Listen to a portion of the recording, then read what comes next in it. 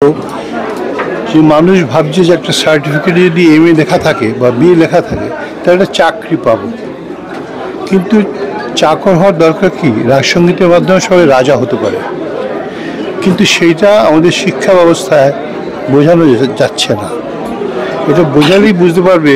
আমার যত ছাত্র গান বাজনা করে তারপরে অন্তত 50 জন অত্যন্ত সাকসেসফুলি প্রফেশন করে বেঁচে আছে। এমন নয় যে কোনো রকমের দিন কাটাচ্ছে, প্রত্যেকের গাড়ি বাড়ি আছে। শাস্ত্রীয় সঙ্গীতের গুরুত্ব কোনোদিনই বেশি ছিল না, কিন্তু লতা মঙ্গেশকর থেকে, আশা ভোসলে থেকে, মান্না দে থেকে সব কিন্তু এই সঙ্গীত শিখেই বড় হয়েছে। কাজেই এটা খুব স্বাভাবিক ব্যাপার যে মেলায় সব থেকে বেশি বিক্রি হয় পাঁপড় ভাজা, কিন্তু সেটা কিন্তু কস্টলি ফুড নয় বা হেলদি ফুড নয়। কাজে পাঁপড় ভাজা দেখে কিন্তু আপনি চমচমকে ভুলে যেতে পারবেন না, ভরা উচিত নয়। কেমন আছেন? আমি ভালো আছি।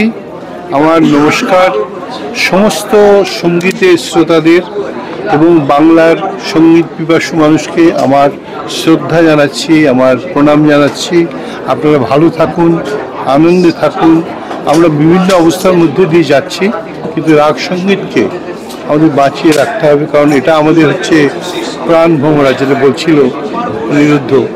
ঠিক কথা, যে একটা সুর শুনলে আমি প্রমাণ করতে পারি যে ব্লাড প্রেশারটা সঙ্গে সঙ্গে 5, 10, 15, 20 কমে যায়। এটা রাগ সঙ্গীতের ক্ষমতা। আরেকটা ক্ষমতা হচ্ছে, সব থেকে পৃথিবীতে যদি গুগল ঘাটেন দেখতে পাবেন সব থেকে বেশি পরমায়ু কিন্তু রাগ সঙ্গীত শিল্পীদের, কারণ একটু ব্রিদিং এক্সারসাইজ আছে। কাজেই এত সুন্দর একটা ব্রিদিং এক্সারসাইজ উইথ সাউন্ড, যেটা সব থেকে মানুষের মনকে আকৃষ্ট করে, সেরকম একটা সাবজেক্টের মধ্যে আমাদের নিশ্চয়ই কোনো ত্রুটি আছে, আমরা প্রত্যেকের মনে ঢুকতে পারিনি। সেটা ঢোকবার সময় এসছে। এখনও যদি কেউ সবাই মিস করে তাহলে we are going to miss the train. কাজে আমাদের রাগ সঙ্গীতের প্রতি ভালোবাসার জন্য আমি অনেক কাজকর্ম করি, অনেক চেষ্টা করি। স্কুলে হাজার হাজার বাচ্চা শেখাচ্ছি। আমার মনে হয় যে বড় বড় সেমিনার বা ওয়ার্কশপ গোছের করে এই সঙ্গীতের প্রচার এবং প্রসার প্রয়োজন। এটা যদি করা যায় তাহলে স্বর সম্রাটের প্রকৃত স্থান তৈরি হবে।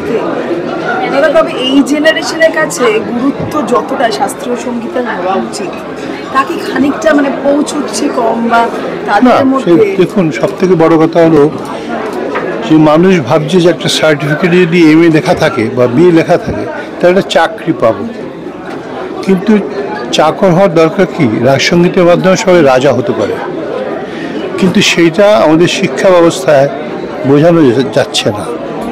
এটা বোঝালেই বুঝতে পারবে। আমার যত ছাত্র গান বাজনা করে তারপরে অন্তত 50 জন অত্যন্ত সাকসেসফুলি প্রফেশন করে বেঁচে আছে। এমন নয় যে কোনো রকমের দিন কাটাচ্ছে, প্রত্যেকের গাড়ি বাড়ি আছে। একটা চাকরি করলে কিন্তু এটা করা সম্ভব না, ধার করে করতে হয়। আমি সেটা পাবলিকলি বললাম যে রাগ সঙ্গীত হচ্ছে one of the best subject for making your profession, your livelihood. কাজে ভালো করে রাগ সঙ্গীত শিখলে অনেক কিছু করা যায়। এখন যে রিয়েলিটি শো হয়, আপনিও তাতে গুরু হিসেবে থেকেছেন। না, সেটা একবার হ্যাঁ, সেখানে শাস্ত্রীয় সঙ্গীতের গুরুত্ব কতটা দেওয়া হয় বলে মনে হয়?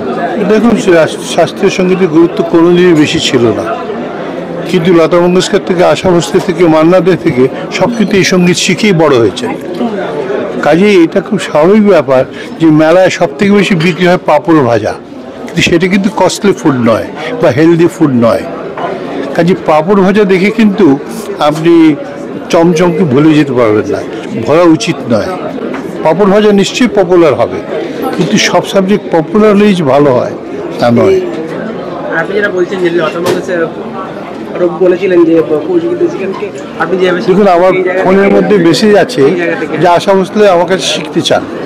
এসব কথা কি পাবলিকলি বললে ভালো হবে? আমি ওটাকে আলাদা করে শোনাতে পারি। কাজে সেগুলো বলে কোনো লাভ নেই। মেন কথা হচ্ছে যে আমাদের দেশটা যদি এমন কয়েকজন রাজনীতিক থাকতেন যারা রাগ সঙ্গীতটা একটু বুঝতেন, তাহলে এই জিনিসটা ঠিক জায়গায় যেত। যেহেতু তারা বুঝতে পারেন না, কাজেই এটা ঠিক জায়গায় পৌঁছয়নি। কিন্তু যার ভ্যালু আছে, যার সততা আছে, যার বিশ্বাস আছে, সে এটা মানতে বাধ্য যে সঙ্গীত, রাগ সঙ্গীত is the highest form of Indian music, in the world music, not Indian music. Thank you, thank you so নমস্কার। Much, thank you.